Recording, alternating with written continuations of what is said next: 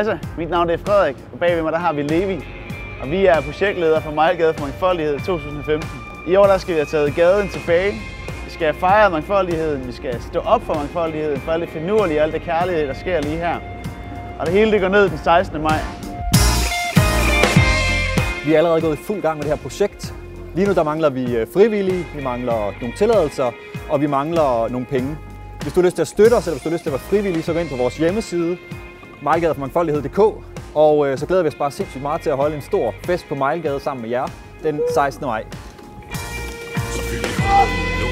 Holder længere, hvis vi sætter fodspor. Slider vores såler ligesom gamle Ole. Og vi skal stå på forside og gribe bolden fra den gamle skole. Sparke vi lopper, når de sidder deres kroppe op og siger stop, og vi får den op og stå. Og dem der bare ser på må tage sig til takke med at pakke tingene sammen og gå med regnfrak. Og lige om lidt vil det regne med verbale hak. Og de ved ikke, hvad de skal gøre, når vi hænger dem til tørre. For tvivlen, den bliver det mindre, når frygten hele tiden bliver større.